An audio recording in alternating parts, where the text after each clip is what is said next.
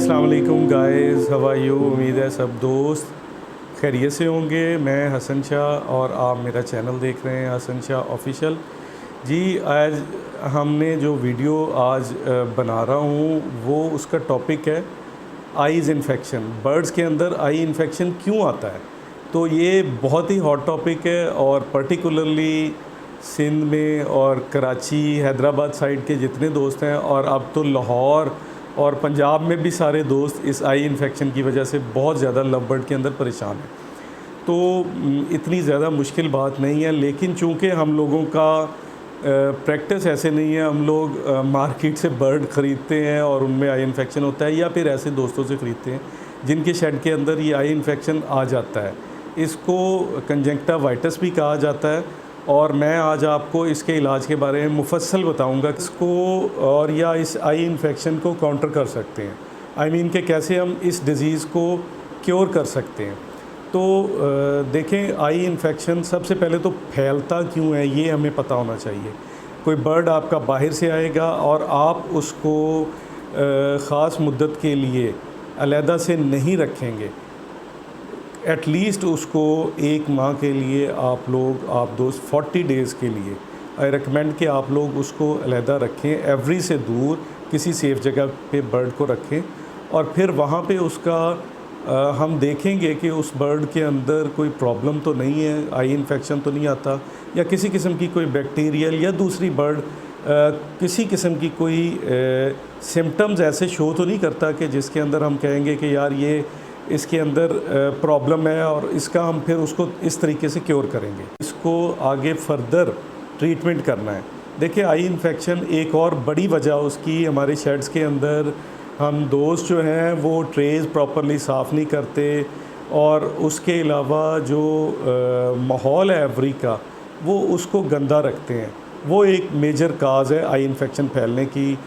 Bird, इसके अलावा आपकी जो वेंटिलेशन है, ये बहुत बड़ी रीज़न है। जिन शेड्स के अंदर वेंटिलेशन नहीं है, माहौल घुटा हुआ है, वहाँ पे आई इन्फेक्शन शिद्दत के साथ जल्दी जल्दी वापस आता है। अच्छा, कुछ इसके मैं तेज़ी से आपको बताता चलूँ कि 3 तरह की ये आई इन्फेक्शन में स्टेजेस होती हैं, और मैं उसको आपको साथ साथ ही उसका तरीका बता दूँगा कि कैसे आपने उसको क्योर भी करना है।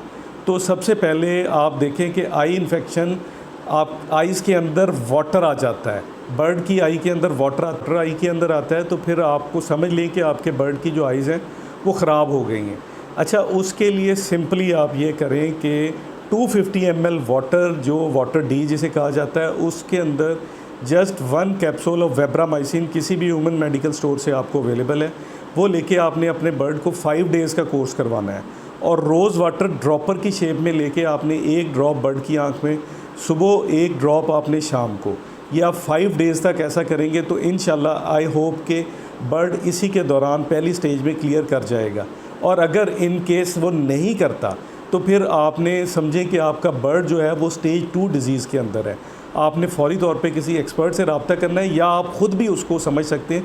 वीडियो बनाने का मकसद भी यही है कि आप लोग ख़ुद से उसको सजेस्ट कर, आप बीमारी को समझ सकें कि बीमारी किस स्टेज पे है और इसको हमने कैसे क्योर करना है। तो इसके दौरान अब आप इसके समझें कि बर्ड की स्टेज 2 है। अच्छा, उसकी मैं आपको मिसाल देता हूँ कि बर्ड जो है ना, आँख के अंदर स्वोलन हो जाती है, आँख सूज जाती है बर्ड की। अच्छा, इसको कंजंक्टिवाइटिस को पिंक आई भी बोला जाता है। आई का पिंक हो जाना, रेडिश हो जाना, ये इसके बड़े ट्रेडमार्क सिंबल्स हैं। अच्छा, इसके अंदर जो स्टेज 2 में जब बर्ड आता है ना, उसकी आँख के अंदर एक टाइप की झिल्ली बन जाती है। वो झिल्ली आप देखेंगे आई के अंदर शुरू की जगह पे झिल्ली बन जाएगी, या उसके बाद आँख बंद होनी शुरू हो जाएगी, उस टाइप के ऊपर वो चला जाएगा। तो जब इस स्टेज पे पहुँचे तो आपने करना ये है कि अर्के गुलाब की एक छोटी बोतल लेनी है, उसमें फ़ाइन किस्म का मेडिकल स्टोर से बोरिक एसिड मिलेगा, वो लेके आपने उसके अंदर मिक्स करना है बोरिक एसिड। दोनों चीज़ें जब मिक्स हो जाए, आपने इस महलूल को फ्रिज में रखना है। इसको जितने दिन तक यूजेज है उसको फ्रिज में रखना है। एक तो बात यह है कि आई इन्फेक्शन बहुत ही स्लोली क्योर होता है। इसमें 10 से 14 डेज़, सम टाइम 5 दिनों के बाद, सम टाइम 7 डेज़ के बाद, सम टाइम 10 डेज़ के बाद, 15 डेज़ और 1 माह तक इस बीमारी का दौरानिया है। इसलिए जो भी दवाई रिकमेंड की जाती है तो वो 10 से 14 दिन या 7 to 14 डेज़ के लिए आप इस्तेमाल करते हैं। अच्छा, जो महलूल तैयार हो गया, आपने इसको बर्ड की आँख के अंदर सुबह दोपहर शाम एक एक कतरा डालना है, और उसके बाद आपने बेटनीसोल एंड ड्रॉप, वो मेडिकल स्टोर से लेना है, आई ड्रॉप, और उसको बर्ड की आँख में एक एक कतरा, जब ये आप अर्के गुलाब और बोरिक एसिड मिला महलूल डाल चुके होंगे, उसके बाद आपने एक एक कतरा सुबह दोपहर शाम वो बर्ड की आँख में डालना है। तो ये आप 7 से 14 दिन तक करेंगे, और इस दौरान आप पानी 250 ml वाटर के अंदर टाइलोडॉक्स जो पोल्ट्री की मेडिसिन है, और आपको किसी भी पोल्ट्री की शॉप से मिल जाएगी, वो आपने लेके, अगर आप 1 ग्राम पानी या ज़्यादा बर्ड्स को ट्रीट कर रहे हैं तो उसके अंदर 1 ग्राम ऑफ टाइलोडॉक्स आप डालेंगे। अगर 250 ml वाटर, तो जस्ट अंदाज़न एक चुटकी आप टाइलोडॉक्स की लें और उसमें मिला दें। वो मिक्स करके पानी आपने 7 to 14 डेज़ तक देना है। जैसे ही आँख बेटर होगी आपको अंदाज़ा हो जाएगा, और वो ये झिल्ली वाला जो ट्रीटमेंट है वो मुकम्मल हो जाएगा। अच्छा, इसके बाद अब हम बात करते हैं स्टेज 3 की। ये बहुत ही डिफ़िकल्ट किस्म का मरहला है, इसके अंदर बर्ड की आँख ज़ाया होने का बहुत ज़्यादा चांसेस हैं। तब मैं आपको बता रहा हूँ कि जब आपने इस स्टेज पे पहुँचना है तो इसकी निशानी ये है कि बर्ड की आँख के अंदर वाइट स्पॉट, या जिसे मोतिया टाइप आँख के अंदर एक दाना सा बन जाएगा। इस दाने को आपने क्योर करने के लिए मेडिकल स्टोर से मेडिसिन मिलेगी आपको, क्लैरिथ्रोमाइसिन, और उसके अंदर आई सजेस्ट कि रिथमो सिरप आपको 125 ml के अंदर आपने रिथमो सिरप लेना है। वो आपने रिथमो सिरप लेना है, और उसके साथ आपने मॉक्सीफ्लोक्सासिन, इसके अंदर मॉक्सी गेट और डिफरेंट टाइप्स के ऐसे ही 2-3 आपको ड्रॉप्स मिलेंगे, आई ड्रॉप्स। वो आपने मॉक्सीफ्लोक्सासिन जो ड्रॉप्स हैं, मैं आपको उसका सॉल्ट नेम जो है ना, उसकी पिक्चर आपको यहाँ पे आ जाएगी। वो आप उस बर्ड की आँख में सुबह दोपहर शाम एक एक ड्रॉप आप उसकी आँख के अंदर डालेंगे फॉर 7 to 14 डेज़।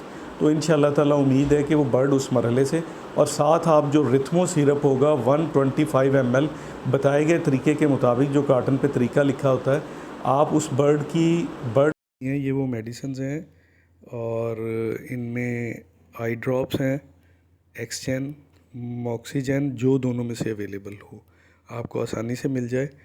और उसके अलावा रिथमो सिरप है, और वेब्रामाइसिन, और बेटनीसोल एंड आई ड्रॉप्स।